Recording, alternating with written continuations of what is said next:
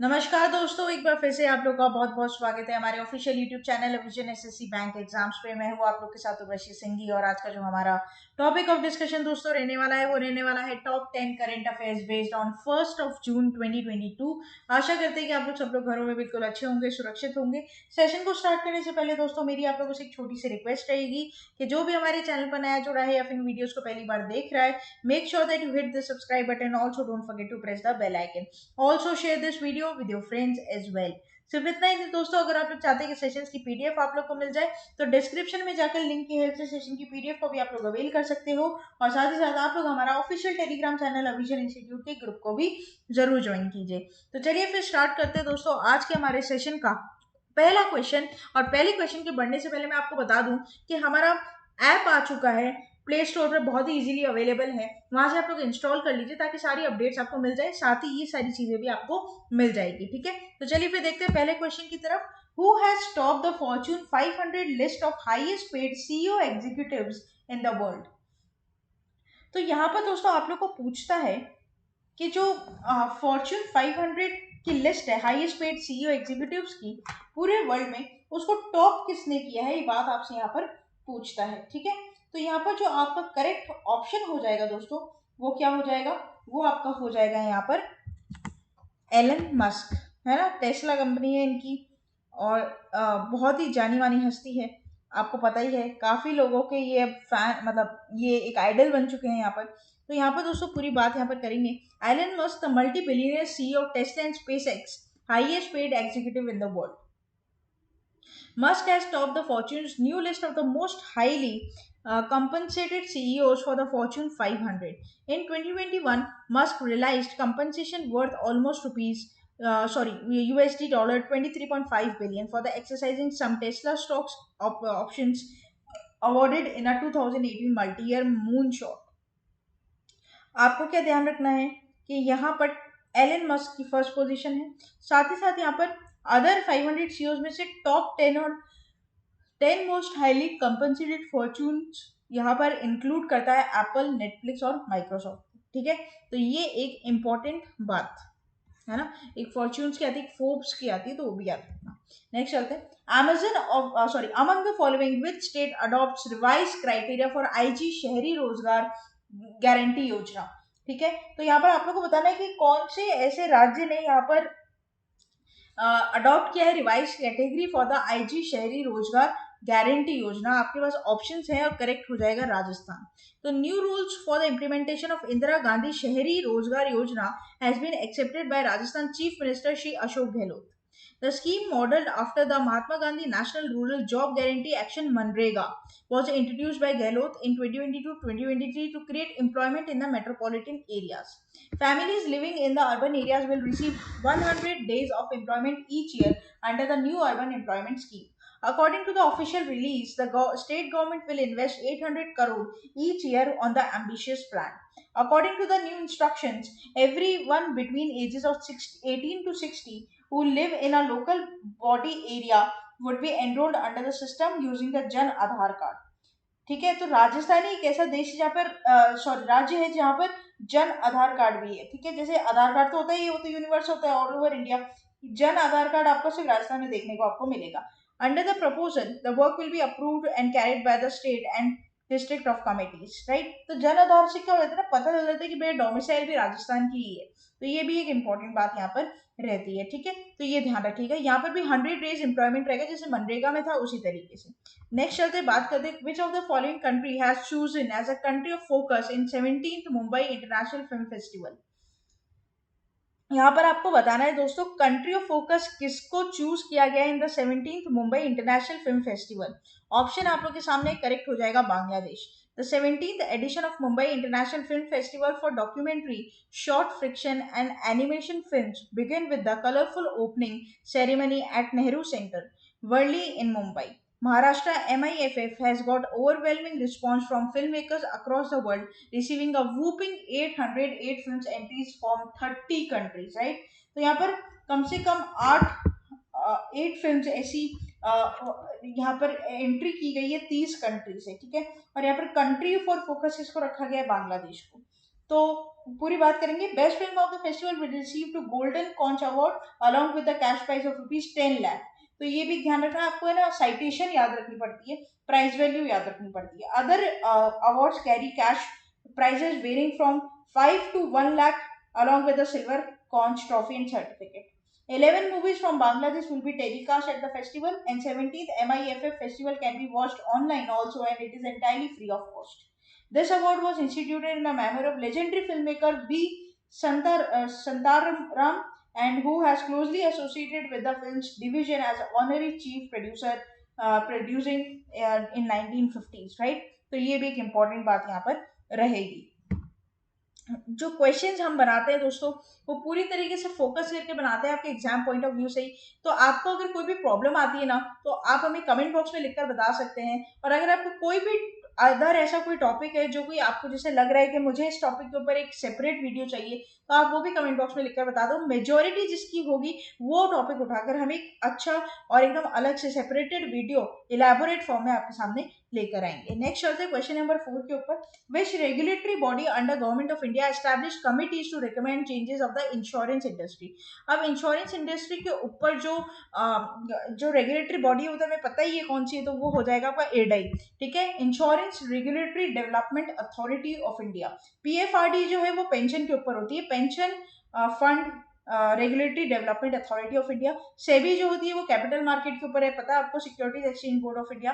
और आरबीआई जो है वो हमारी क्या करती है, बैंकिंग के ऊपर जो रेगुलेटरी बॉडी है बैंकिंग रेगुलेशंस के ऊपर, तो वो हो जाती है रिजर्व बैंक ऑफ इंडिया। ठीक है, तो चलिए बात करते हैं। The IRDAI has formed various committees through the General Insurance Council to suggest platforms in several areas in general reinsurance and life insurance, including regulation, product and distribution, among others, in order to overhaul the industry. According to the GIC spokespersons or spokesman, these panels include leaders of private and public sector insurance companies, members of IRDAI, and representatives of GIC. IRDAI established GIC to serve as a liaison between insurance regulator and non-life insurance business, right?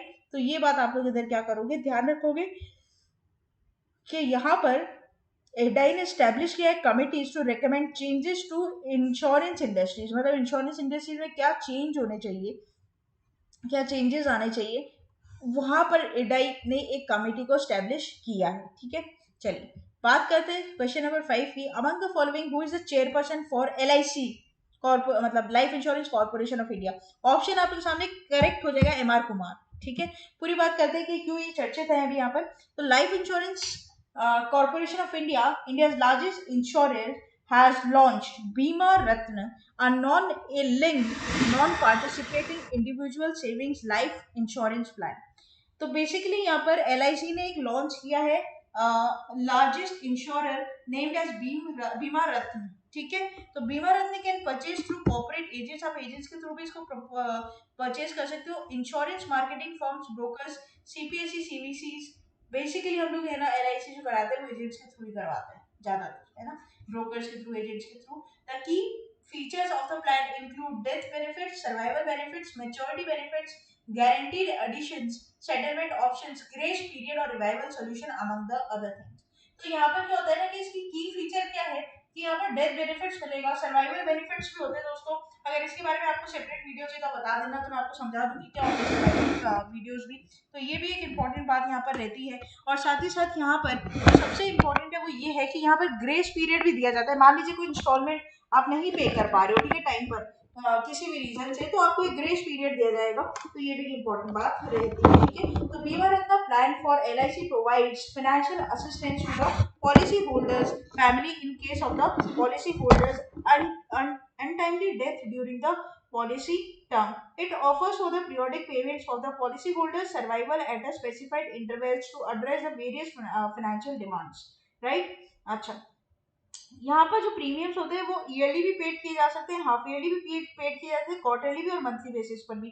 और ये पूरी तरीके से नाच के through होते हैं, that is automated system, national automated clearing house. मतलब यहाँ पर आपको बार बार जाकर चेक नहीं देना पड़ेगा या फिर प्रीमियम नहीं जमा कराना पड़ेगा, ऑटोमेटिक एक बार क्या होगा कैंसिल चेक किया जाएगा और अगली बार से उससे वो कट जाएगा। अब वो आपके ऊपर डिपेंड करता है, आप साल में एक बार कटवाते हो, साल में 2 बार कटवाते हो, 3-3 महीने से कटवाते हो या हर मंथ कटवाते हो। ठीक है, चलिए बात करते हैं क्वेश्चन नंबर 6 के ऊपर। World vape day is observe on dash across the globe to create awareness about the alternatives to harmful tobacco products. ठीक है, ऑप्शन आप लोग के सामने करेक्ट हो जाएगा 30th में। तो वेपराइज्ड मतलब बेसिकली जो ई सिगरेट्स होती ना उनके ऊपर है ये। तो आप ई सिगरेट्स इज मच मतलब जो नॉर्मल सिगरेट होती है तंबाकू वाली, उस वो सिगरेट बहुत हार्मफुल होती है। मतलब आप e cigarettes is relatively safer, right. तो world vape day is observed on 30th May across the globe to create awareness about the alternatives to the harmful tobacco products and highlights the relatively safe of e-cigarettes and their potential as harm reduction of the smoking cessation tools. World Vape Day in 30th March observed the day before the World No Tobacco Day. अब देखो ध्यान रखना, world no tobacco day ये आता है 31 मई को, उसे एक दिन पहले वेप डे मनाया जाता है। ठीक है, तो ये भी ध्यान रखिए, उसके बारे में हम आगे यहाँ पर पढ़ेंगे। तो वेप यूज करना ज्यादा बेटर है एज कम्पेयर टू आप रियल टबैको सिगरेट्स कंज्यूम कर रहे हैं। डेफिनेटली नहीं करनी चाहिए, बिल्कुल भी बढ़ावा नहीं है इस चीज को मेरी तरफ से। ठीक है, ध्यान रखिएगा। नेक्स्ट चलते हैं। World no tobacco day is observed on dash, जो अभी अभी क्वेश्चन पूछा, अच्छा 31 मई। ठीक है, तो world no tobacco day is observed 31 May globally. This year celebration aims to raise no amid the global citizens among not only dangers for using tobacco but also the business practices of tobacco companies. What WHO is doing to fight the tobacco epidemic and what people around the world can do to claim their rights to health and healthy living to protect future generations, right? Theme बहुत important theme क्या है? Threat to our environment. क्या है? Threat to our environment is the theme that is important for you, right? तो ये भी आप लोग ध्यान रखिएगा। इसको दोस्तों इस दिवस को WHO के द्वारा ऑर्गेनाइज किया जाता है जहाँ पर लोगों को पता चल सके जो तंबाकू लेते हैं उनकी लाइफ बहुत खतरे में। ठीक है, ये ध्यान रखें। चलते क्वेश्चन नंबर 8 की तरफ। Among the following which radio jockey receives immunisation champion award by UNICEF. Option आप लोग के सामने करेक्ट हो जाएगा उमार निसार। ठीक है, साउथ कश्मीर के हैं ये। Has awarded the 01 best content award and humanisation champion award bye United states international children emergency fund UNICEF at the annual Radio for Child 2022 awards in Mumbai, Maharashtra. The award was presented by multi-Grammy award-winning music composer, environmentalist and UNICEF celebrity supporter Ricky Kej. Ricky Kej के द्वारा यहाँ पर इसे क्या किया था, present किया गया था। ठीक है, अच्छा UP doctor Zafrin Chowdhury, chief of communication and advocacy in partnership UNICEF India. आप इनका नाम याद रखना, इनकी फोटो यहाँ पर आप देख सकते हैं जो साउथ कश्मीर से बिलोंग करते हैं। नेक्स्ट चलते हैं। What amount of total fund outlay has been secured by PSUs? ठीक है, मतलब पब्लिक सेक्टर जो यूटिलिटी जो होता है, मतलब government banks, as their profit for the year financial year 2022। Option हो जाएगा 66.500 crore, right.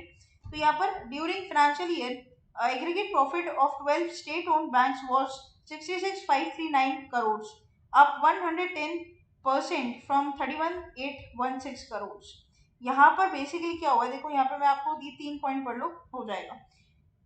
To PSUs central bank और Punjab Sind bank declared losses, है ना, dragging down the overall net profit. Profitability has increased as a result of the conclusion of bad loan cleanup and economy scale gain to the merger of the state-owned banks।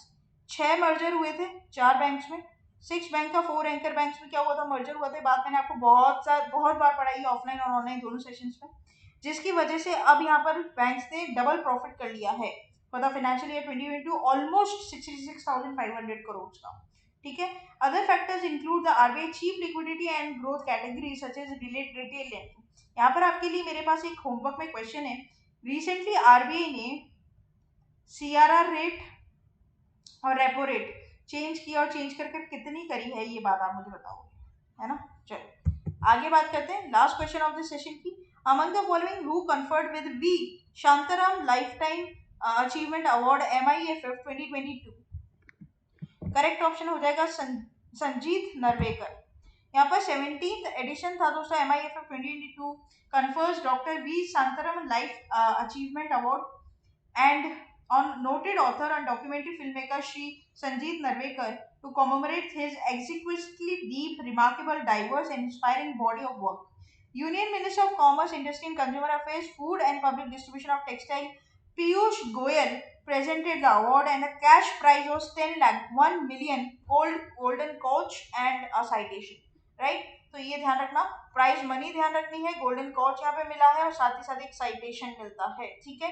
तो ये किसने जीता है? संजीत नरवेकर ने। किसने present किया इस award को और इस अवार्ड का नाम क्या है, ये बात आप लोग ध्यान रखेंगे, ठीक है।